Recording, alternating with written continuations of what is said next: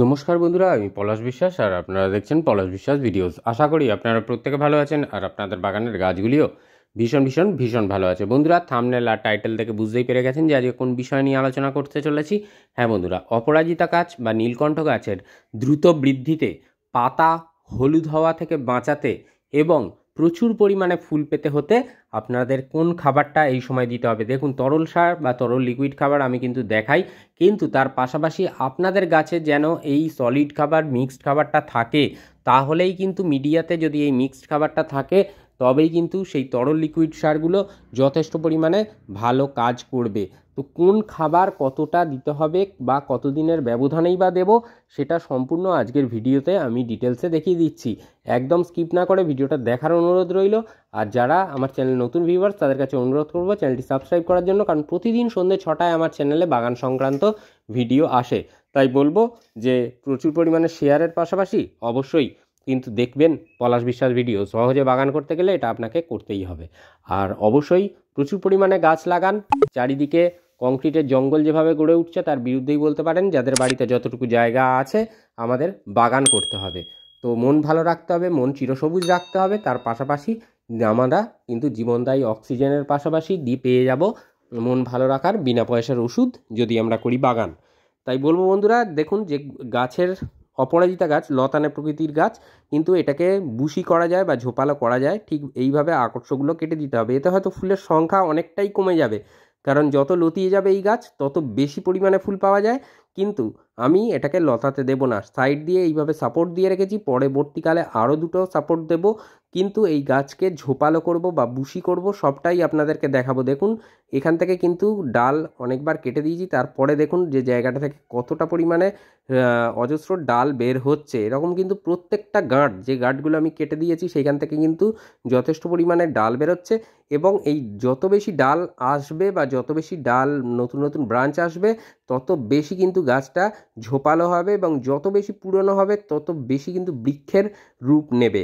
তো এইভাবে যদি অপরাজিতা গাছ করা যায় টবে, তাহলে কিন্তু খুব সুন্দর দেখতে যেমন লাগে, পাশাপাশি কিন্তু একটা সময়ের পর থেকে প্রচুর পরিমাণে ফুল পাবেন। তো আমার এই ছোট্ট গাছ, তার মধ্যেও দেখুন যে 4টে ফুল কিন্তু দিয়ে রেখেছে। আর মিডিয়াটা একদম হালকা করতে হবে যাতে জল হোল্ড না হয়ে থাকে। তো কিভাবে মিডিয়াটা বানাবো বলে দিই। আপনাদের যে বাগানের মাটি আছে সেটা 50 ভাগ একটা টবের ভরে নেবেন বা 50% ভরে নেবেন। তার সাথে 30% নিয়ে নিতে হবে কম্পোস্ট। সেটা 1 বছরের পুরনো কাউডাং কম্পোস্ট বা গোবর সার হতে পারে, কিংবা ভার্মি কম্পোস্ট হতে পারে। তো এটা ভরে নিতে হবে। 80% হয়ে গেল, একটা টবের ভরে গেল 80%। 20%-এর মতন জায়গা ফাঁকা পড়ে থাকবে। সেটা আপনারা বিল্ডিং কনস্ট্রাকশনের যে লাল মোটা দানার বালি হয়, সেই বালি নিয়ে নেবেন। নিয়ে টবের মধ্যে ভালো করে মাটিগুলোকে মিশিয়ে নেবেন। ড্রেনেজ হোলটা খুব সুন্দরভাবে করবেন টবের, যাতে করে এই যে মাটি পরবর্তীকালে যখন জল দেবেন মিডিয়াটা গিয়ে যেন ড্রেনেজ হোলটা না আটকাতে পারে। একটা হালকা ঢেউ খেলানো খোলামকুচি দিয়ে নেবেন। তার উপরে বালিচালার পাথর এবং বালি দিয়ে বেড করে দেবেন। তারপরে কিন্তু এই মিডিয়াটা আপনারা বানিয়ে প্রদান করবেন। তো আমি দেখুন হাত দিয়েই খুঁচিয়ে নিচ্ছি, অর্থাৎ কতটা ঝুরঝুরে এবং আলগা মাটি সেটা আপনারা আশা করি দেখে বুঝতে পারছেন। যত এরকম মাটি হবে না টবের গাছের, যে কোনো গাছের উচ্চ জল নিকাশিযুক্ত মাটি কিন্তু সব গাছই পছন্দ করে। সেই জন্য সবার প্রথমে মাটিটাকে আমাদের এই রকম বানিয়ে নিতে হবে যেটার উপরে গাছটা থাকবে। প্রধান জিনিস কিন্তু এটাই। তো মাটিটা এই রকম যদি বানিয়ে নেওয়া যায়, তাহলে কিন্তু খুব ভালো রেজাল্ট আপনারা পেয়ে যাবেন। তো নতুন যারা এনে বসাবেন তাদের জন্য বলে দিলাম টবের মিডিয়াটা কেমন হবে। এরপরে এই যে কিনারা ধরে যে খুঁড়ে নিচ্ছি, এখানে খাবার প্রদান করব। আর এই খাবারটা একবার দিয়ে দেখলেই আপনারা বুঝতে পারবেন যে অপরাজিতা গাছ কতটা পরিমাণে দ্রুততার সাথে বৃদ্ধি পাচ্ছে এবং কতটা পরিমাণে ডেভেলপ করছে। তো বন্ধুরা, এইভাবে যদি কেয়ার করেন তাহলে নিজেরাই জানবেন বা বুঝবেন যে কিভাবে আপনার অপরাজিতা গাছ খাবারটাকে গ্রহণ করবে এবং কতটা পরিমাণে দ্রুততার সাথে আপনাদেরকে ফুলের আকারে তারা ফিরিয়ে দেবে। তো কি খাবার দিতে হবে চলুন দেখে নিই একবার। তো এখানে যে কটা উপাদান আছে আশা করি সবার বাগানেই পেয়ে যাবেন। এটা হচ্ছে হর্নমিল বা শিংকুচি, এর মধ্যে কিন্তু প্রচুর পরিমাণে ফসফরাস আছে। 1 টেবিল চামচ পরিমাণে এটা নিতে হবে।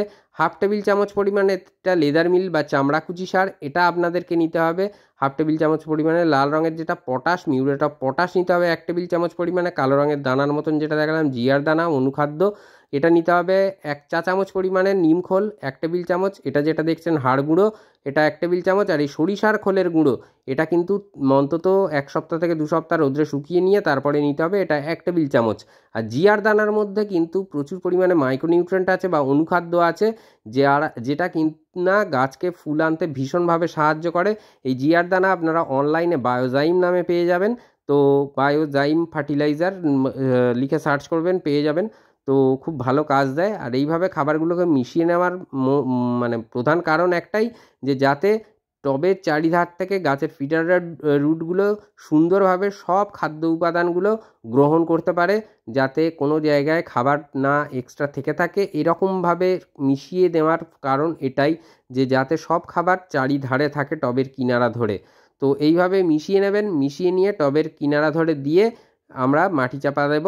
এবং দেওয়ার পরে যে জিনিসটা দিতে বলবো এবং দেখাবো, সেটা এই গরমকালে পুরো একদম মানে দুর্দান্ত রেজাল্ট আপনাদেরকে উপহার দেবে। তো দেখুন, এই যে খাবার নিয়েছি, এই খাবারটা এবার কিন্তু টবের চারিধারে এইভাবে দিয়ে দেবো, এই মিক্সড সারটা। আর এটা আপনাদেরকে 15 দিন পরে দ্বিতীয়বার আরেকবার রিপিট করতে পারেন।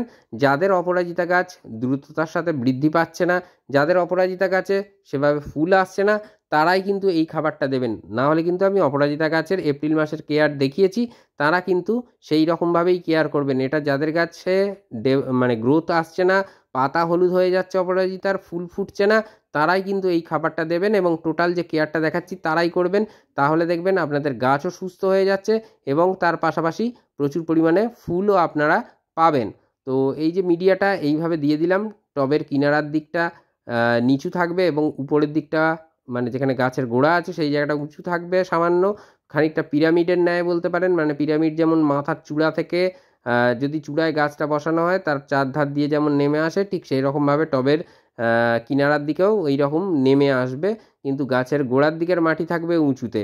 তো এটার কারণ একটাই, যে এটাতে দিলে খাবার এবং জল এটা সঠিকভাবে ব্যবহার করতে পারি আমরা গাছের জন্য, এবং কখনোই গাছের গোড়ায় গিয়ে জল দাঁড়ায় না এবং জল জমে থাকে না। তো বন্ধুরা, এইভাবে কিন্তু আপনাদের ব্যবস্থাপনাটা করে নিতে হবে টবের মিডিয়ায় খাবার দাবার পরে। আর এরপরে যে কাজটা করতে হবে সেটা হচ্ছে, দেখছেন যেটা 1 বছরের পুরনো গোবর সার নিতে পারেন, আর আমি ভার্মি কম্পোস্ট নিয়েছি। এই ভার্মি কম্পোস্টও নিতে পারেন। মোটামুটি 10 ইঞ্চি টবের জন্য আপনার হাতে 2 মুঠো হলেও চলবে, বা 10 টেবিল চামচ থেকে 12 টেবিল চামচ আপনারা যদি নিয়ে নেন এই ভার্মি কম্পোস্ট, তাহলেও হবে। ঠিক এইভাবে মালচিং করে দেবেন টবের চারিধারে। এটা যেমন মিডিয়াটাকে নরম রাখবে, সতেজ রাখবে, আর ঠিক সেই রকম কিন্তু মিডিয়ার মধ্যে জল, যে ময়েশ্চার ভাব, যে প্রখর রোদ, মাটি যেভাবে তেতে যাচ্ছে, ফেটে যাচ্ছে, সেই জিনিসটা হতে দেবে না। তার পাশাপাশি টবে কিন্তু গাছকে কিন্তু নিউট্রিশনও যোগাবে প্রচুর পরিমাণে। তো এইভাবে আপনাদেরকে টবের মিডিয়ার খাবারের যে ব্যবস্থাপনাটা, সেটা এইভাবে আপনাদেরকে করে ফেলতে হবে অপরাজিতা গাছের জন্য। আর এইভাবে যদি করে ফেলেন, অসুস্থ অপরাজিতা গাছ, ফুল না আসা অপরাজিতা গাছ 10 দিনে সুস্থ হয়ে যাবে। তো এইভাবে কেয়ার করুন, প্রচুর পরিমাণে ফুল পাবেন। এই কথা আমি কিন্তু আজকে দিয়ে গেলাম।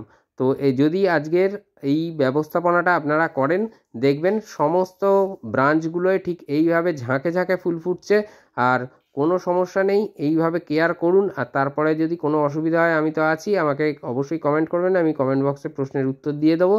আর যেটা বলবো, এরপরে যে কাজটা করতে হবে সেটা পাতায় ফোলিয়ার স্প্রে করতে হবে। এটা যদি আপনারা করতে পারেন তাহলে ভীষণ ভালো রেজাল্ট আপনারা কিন্তু অপরাজিতা গাছ থেকে পাবেন। দেখুন, টবের মিডিয়ায় যে খাবারটা দেওয়া হলো সেটা হচ্ছে ম্যাক্রোনিউট্রিয়েন্ট, যার মধ্যে এনপিকে অর্থাৎ নাইট্রোজেন, ফসফেট, পটাশ জাতীয় খাবার দেওয়া রয়েছে।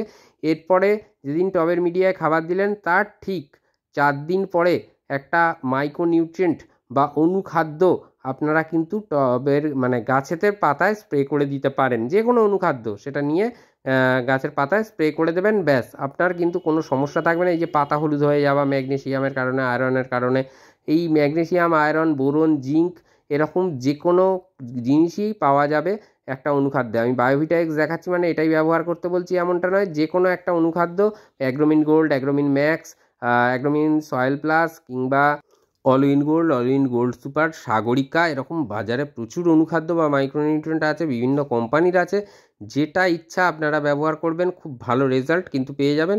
কিন্তু যেভাবে বললাম ঠিক সেইভাবে ব্যবহার করতে হবে, এবং খাবারটা যখন রিপিট করতে হবে তারও ঠিক 4 দিন পরে আবার এভাবেই কিন্তু একটা অনুখাদ্য স্প্রে করে দিতে হবে। তাহলেই আপনাদের গাছ থাকবে সুস্থ সবল এবং ফুটবে প্রচুর পরিমাণে ফুল।